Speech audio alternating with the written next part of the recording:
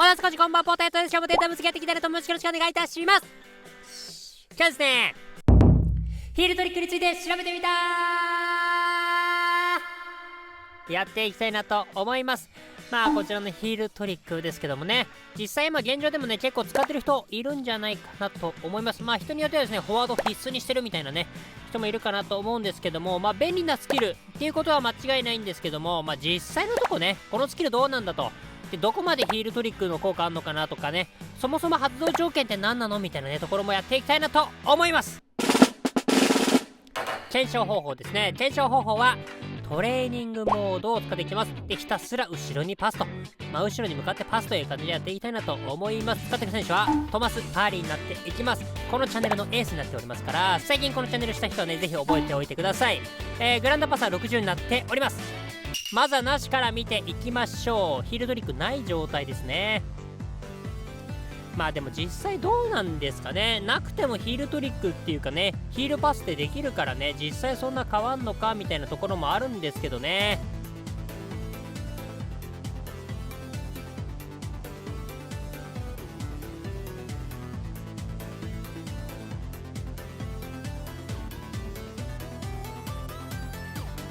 はい、見ていただきました。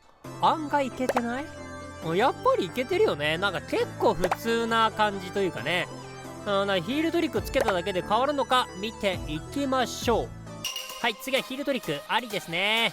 実際どの辺がね変わんのかとか、そういうところもね結構注目のところではあるんですけどね。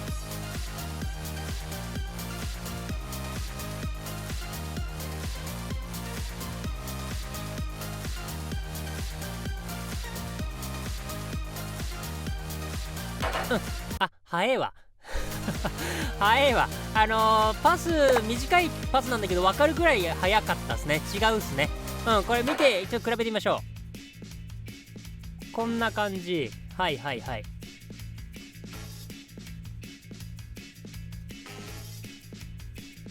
別の角度を向いていきましょうか。こんな感じですね。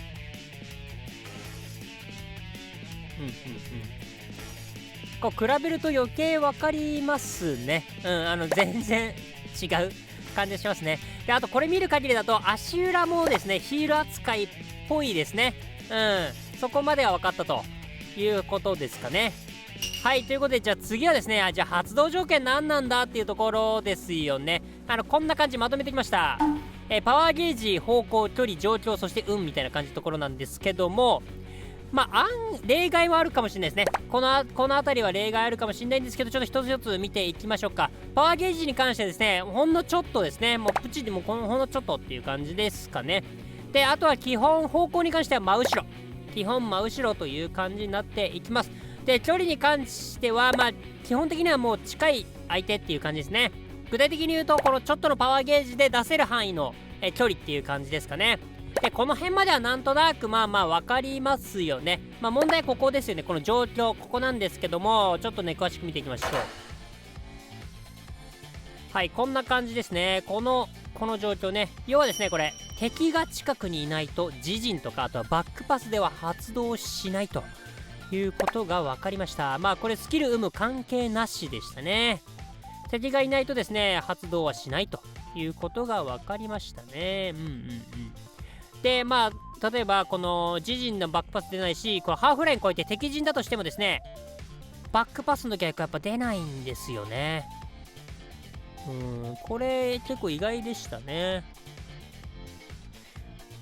でもちろんですね敵がいればこんな感じですね。こんな感じで敵がいればもちろんやりますよという感じでした。公式のヒールトリックの説明見ていくんですけど、難しい体勢からでもパスとかシュートができますよという書いてありますよね。なのでこれらを見てですね、相手の意表をつきたい時、そして緊急事態、この時はヒールトリックが発動する、そんなイメージを持っておけばいいのかなと思いました。敵の意表をつきたい、こういう時ですね、ペナルティエリア内とかね、この辺に関しては基本的にこの意表をつきたいに関することになるので、後ろ向きでもパスをヒールトリックをしてくれるという形かなと思います。でパス上げたらどうなんのと、これ思いませんでした？思ったあなたですね、ポテラの素質ありますね。ということでやってきました。パス、グラウンドパスね、上げてきました。で、ヒールトリックついてない状態ですね。70から見ていきます。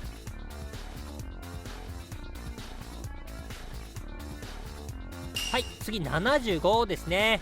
まあさっきの60と比べてどうなのかみたいなところなんですけどね。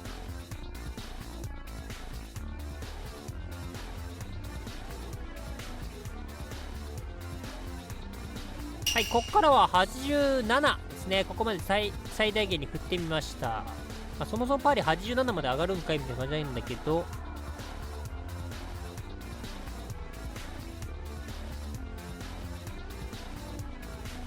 はい、見ていただきました。ちょっとね、比べてきました。スタート位置と角度ちょっと合わせてきました。赤が60、通常が87っていう状況になっています。赤のボールの方が60。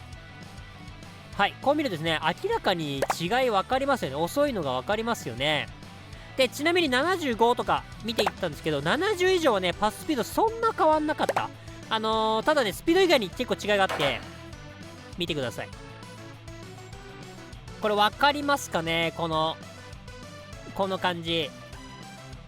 パス出す相手、これに対してですね、パスを見てほしいんですけど、この、ちょっとずれちゃってるの分かりますか？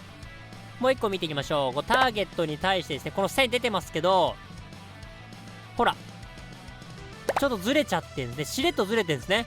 こういうの見逃さないですからね、私。87はこれがね、少なかった。まあ、ゼロではなかったんですけど、少なかったってイメージでした。で、これじゃあ、今度、スキルありだとどうなるのか見ていきましょう。まあ、いきなりね、87で見ていくんですけど、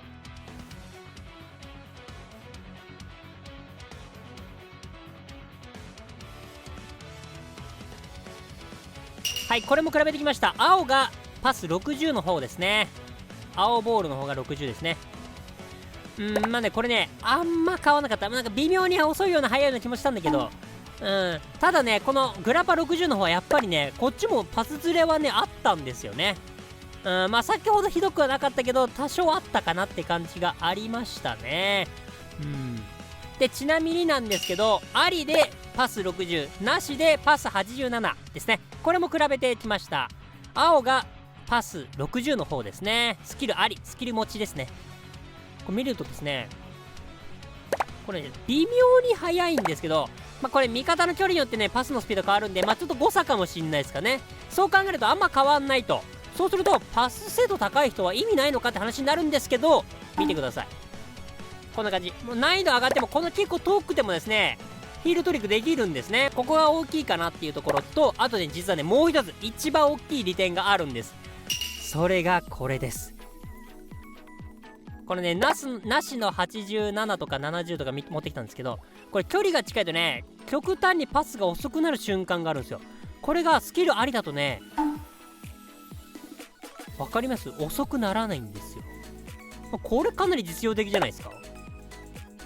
なので、スキルを持ってると、パス距離がね、近くてもね、遅くならないと。安定したパスが出せるということが分かりました。というところで、結論。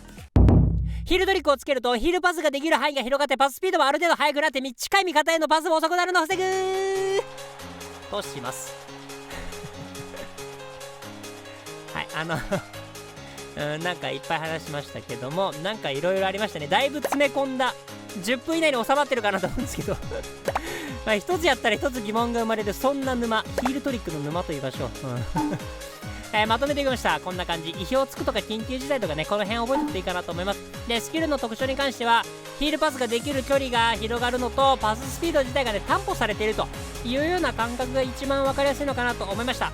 その他分かったところで言うと、パス精度高いとですね、ある程度ヒールトリックのヒールパスもね、上手くなるというところと、足裏もね、ヒールトリック関係あるよというところでした。他で言うとですね、まあ、モーションも若干スキルはね、あるかなと思いました。これ以外もね、条件の例外とかね、それぞれありそうだなと思いましたけども、それらもあればコメントで教えてください。というところで、この辺を参考にしてみてください。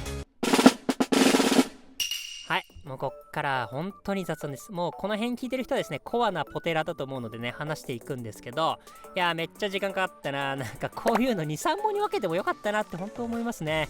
みんながね YouTube 見てる時間に上げられていないっていう事実がねもうほんと頭悪すぎて芋って感じなんですけどでも個人的な話をするとね4月から転職して土日休みになるんでもう少し上げやすいかなと思いますので頑張っていきたいなと思います。